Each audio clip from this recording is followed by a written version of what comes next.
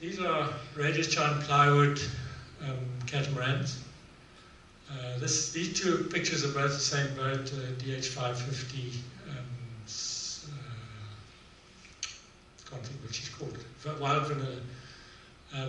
There are quite a number of them in the water now, and this one's been sold. And the new owner said he's never sailed on such a quiet boat before. He sailed on the fiberglass production cats, and they creak and groan because the bulkheads and the hull are moving.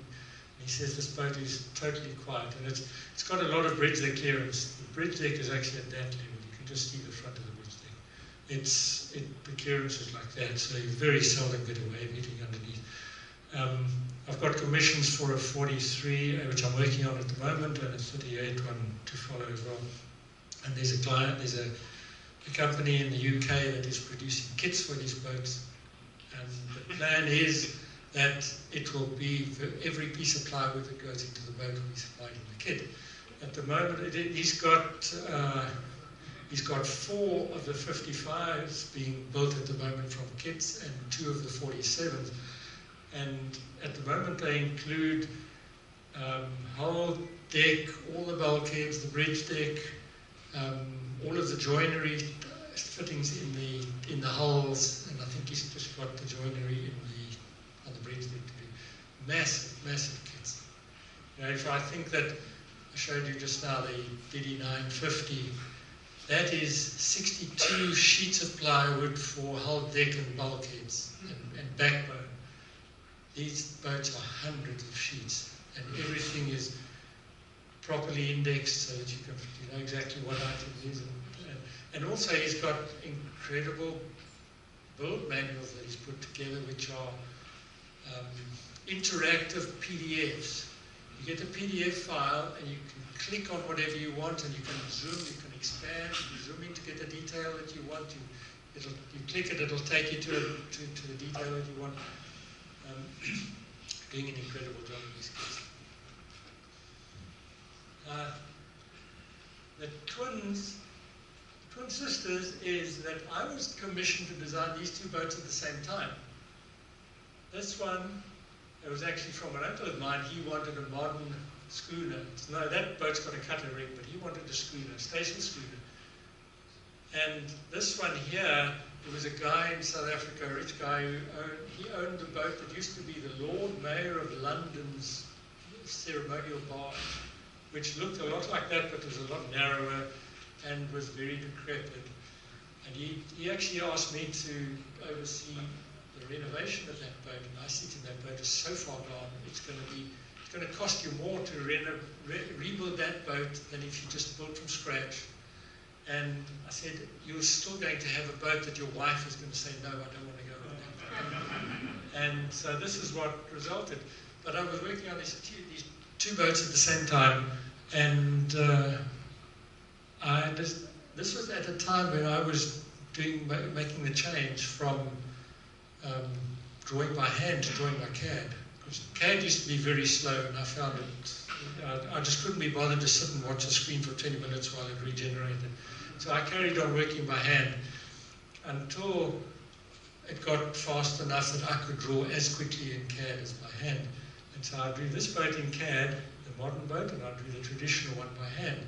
And what I found was that when I was working on this boat, I whistled.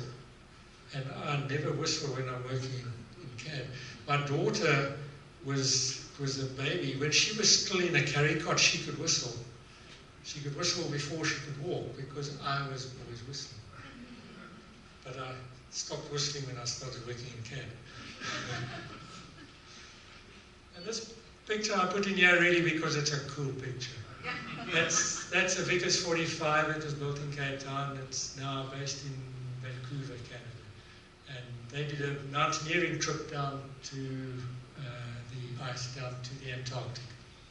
See that boat's they've done 2 trips down to the Antarctic. Okay, this is now Anthony Stewart. This is the little boat that I told you comes from the TLC 19 mold. Anthony, as I said, he came to me and said he was going to build this boat to sail around the world. I said to him, you're mad, and everybody else told him he was mad.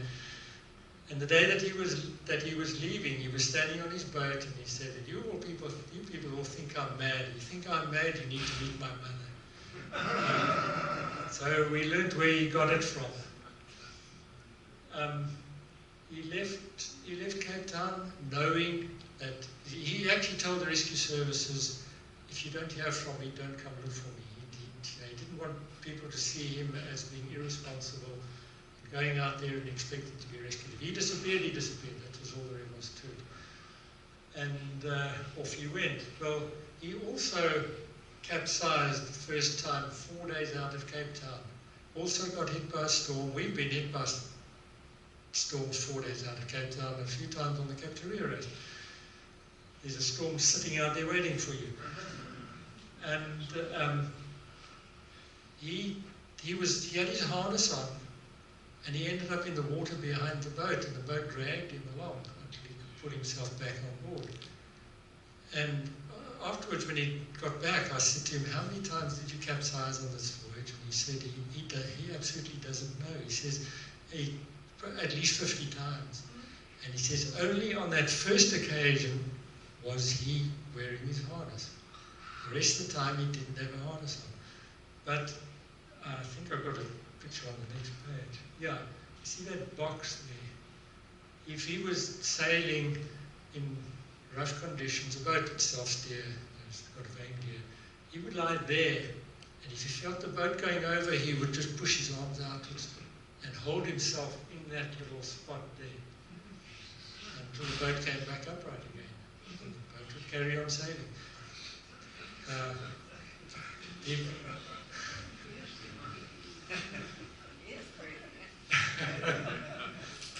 And you see that hatch there. There's more about that hatch coming a bit later. But let me go back to the previous one. There, suffered from a deadly hereditary disease, angioneurotic edema. That could kill him at any time on the voyage. And his father had the same condition. Apparently you outgrow it at about 30 years of age. After that you don't have the problem.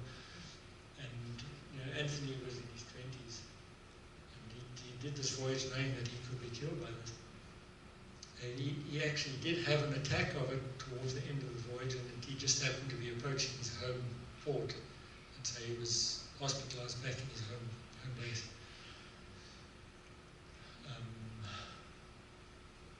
You can see the shape of the boat. It looks like a little VOC boat.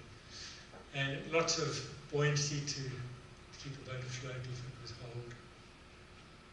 This was when he was leaving. The beautiful weather was gorgeous when he left.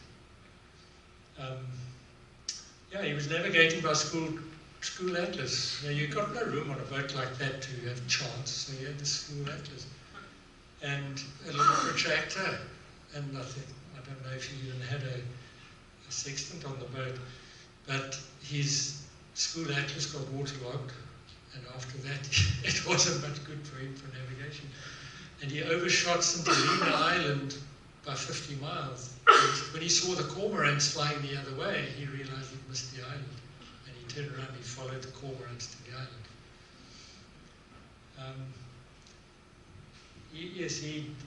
His stove caught fire. He had a little gas stove, and his stove caught fire and was looking like burning up his boat, so he turfed the stove into the ocean. After that, he was eating raw food, and he got seriously ill from raw fish that must have been a bit old, and he was unconscious, it says, for about a day or a day and a half, and then he eventually came around and was able to carry on. Well, the boat probably took him further along his voyage while he was unconscious. When he went through the Caribbean Sea, he said he was horrified at the seas. The seas in the Caribbean Sea they'll roll over the top of a container or a container ship or a bulk carrier. The wave will come on this side and go off the other side. And we've seen that in Cape Town. You often see ships coming into the bay, and that is happening with the waves going over the ship. And he said at times he felt he was at the top of a wave looking down at a tanker. And when he was approaching Panama, he was asleep in the cockpit, and he woke up with a bump as the boat surge on the bow wave of a tanker. And the tanker was that close that it actually hit him, and the bow waves threw him away. And he said he didn't know what it was. He looked up and he just saw this big wall. And then as the ship went away from him, he realized that he'd just about got himself run over by a tanker. He got through Panama, and halfway through the Pacific he broke his rig. And I'm not sure what island it was that he was at, but it was going to take a long time to get a new rig to him on the island. So he tied the broken mast to the deck, and he got a pole, and he stuck the pole up, and he used that to make a jury rig for the boat. And he sailed to Australia with that jury rig and his mast like a jousting pole.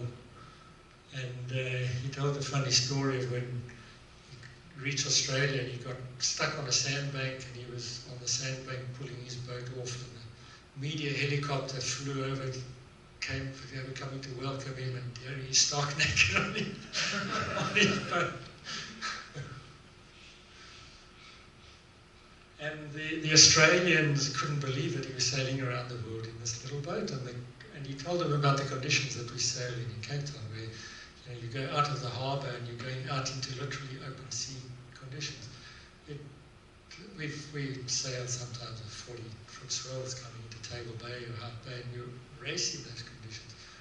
And if there's a strong wind blowing as well, there's texture on that wave, and you climb the wave like a staircase. You get to the top, and there might not be a back on the wave, so you climb the wave like that, and at the top of the wave you turn sideways, you slide down the back of the wave, then you start on the next one, and you could be in this trough, and then the next trough is a 50-foot boat. You can't even see the top of his mast. So they wouldn't believe those conditions, and there was quite a swell running, and Anthony said they wouldn't go out in their boats. And Anthony said, "Oh, I'll go out there." And they said, "You wouldn't go out there." So he did, and he's actually going out through the break in the harbour entrance. Unfortunately, most of the photographs that existed of his trip they're gone.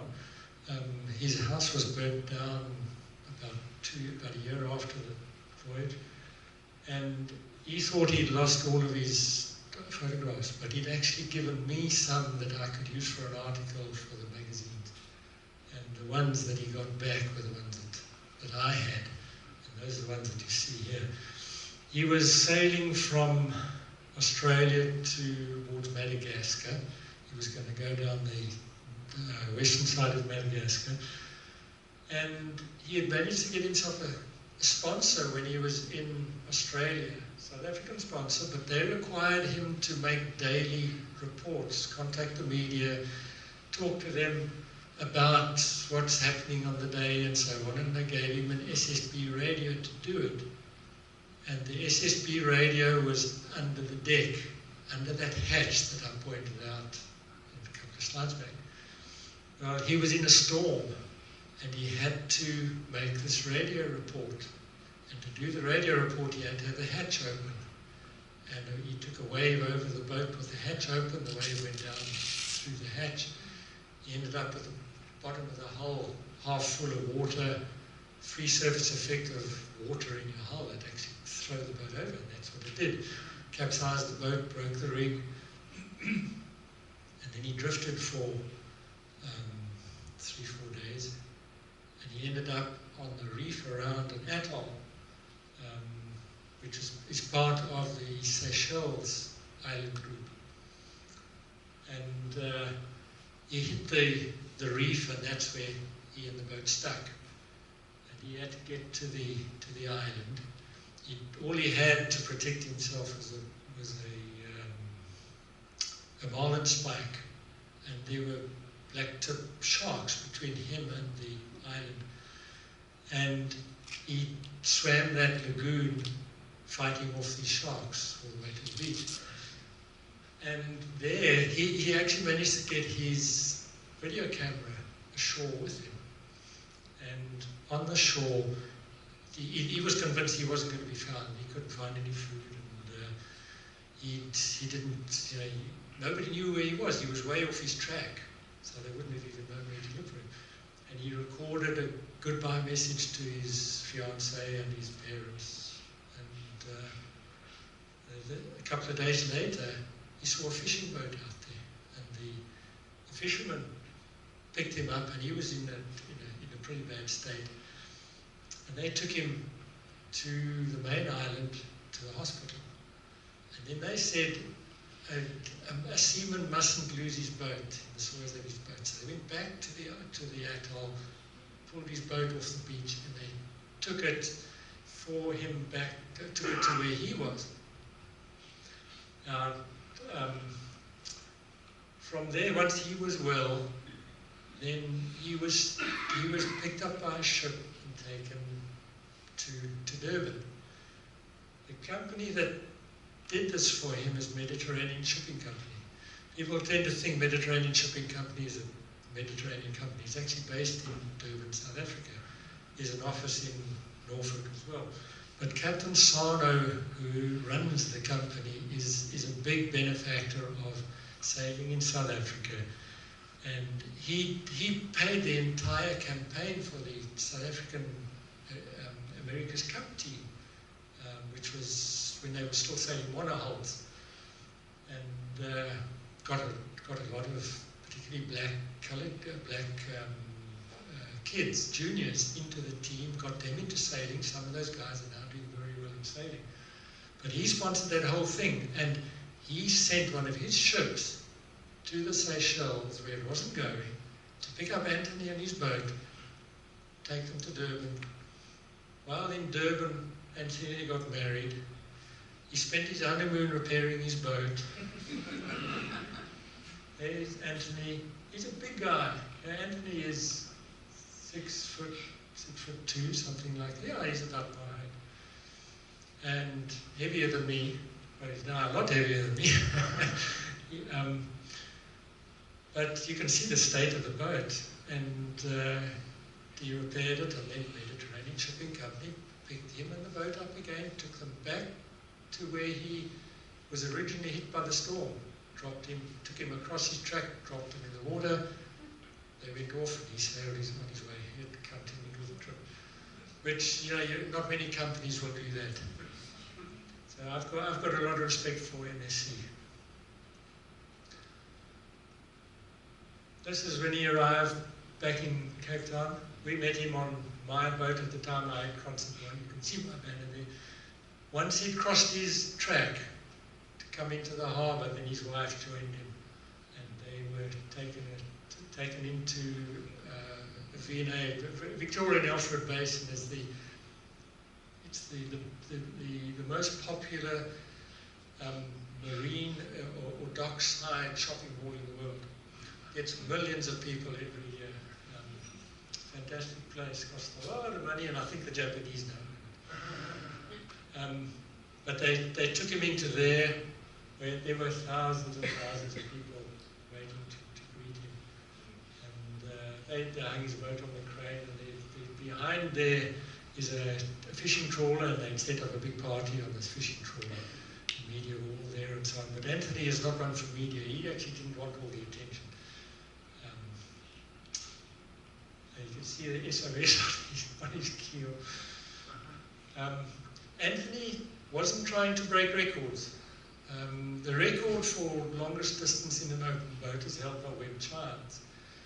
The media regularly report that Webb Childs sailed around the world in an open boat. He didn't. Anthony's the only one to have ever done it. Webb Childs set out from Los Angeles. He set out from California, and he was. The boat was in the Draston-Loga. The boat was flooded in the Pacific, and he had a lot of problems because he couldn't bail the boat out, because the centerboard, the center plate casing is below the gunnel, and you get the water out of the gunnel, it just comes back in through the centerboard casing. So the boat was flooded for a long time until he could get it onto land. He went through the Red Sea, the Suez Canal, through the Med, and in Portugal he stopped. He didn't cross the Atlantic, and he didn't cross the Caribbean Sea, and he didn't get back to the Pacific. Anthony did the the whole thing, and he's the only one to have done it. Paul Rogers, with the other boat, was trying to break Webb Childs' record. Anthony said he's not trying to break records, he's just wanting to do it for himself. But I tried to get the Guinness Book of Records to recognize what he had done. And at the time, there were people doing really silly things with little boats. There was that guy Dunlop, I think was his name. He'd sailed, I think he disappeared in a 10-foot boat. He was trying to cross the Pacific or something. But the boats were getting smaller and smaller, and Guinness Book of Records, Nobby Clark, who kept the record, said they wanted to discourage that kind of stupidity, so they're no longer doing records for small boats. But this boat's 19 feet. It's not doesn't form the same class. Many people have sailed around the world in 19-foot boats, but nobody's done it in open 19-foot boat. And so anyway, that's how it stands. And most of the publicity that Anthony's voyage has had has been what I've managed to get for him, writing articles for magazines. And I've got a section in one of my books about his voyage. And then there was a film or a video done about it in Cape Town. And the guy who made the video, he had the rights, and he sort of sat on them. He was trying to sell it, and they weren't good sales. And then eventually he released that, and I've now got it on my YouTube channel, and it's on a couple of other places. And now there are hundreds of thousands of people who've actually seen the voyage of Anthony Dix. The next thing that he wanted to do was he wanted to sail the smallest boat east-west around the world. Well, he set that boat on fire as well. He gave up on that, and he's never tried anything else like that. And he now works for one of the powerboat charter companies. He's in fact he's in Annapolis right this moment for the Trawler Fest. I was going to try and get him here, but he wasn't. I thought he probably wouldn't be able to fit it in with the schedule they have of parties over there. But I've got the video. Now this is going to be the end of my presentation. I'm open for questions, and if anybody wants to see the video, I can set the video going. So, that's the end of it. Dudley, thank you very much.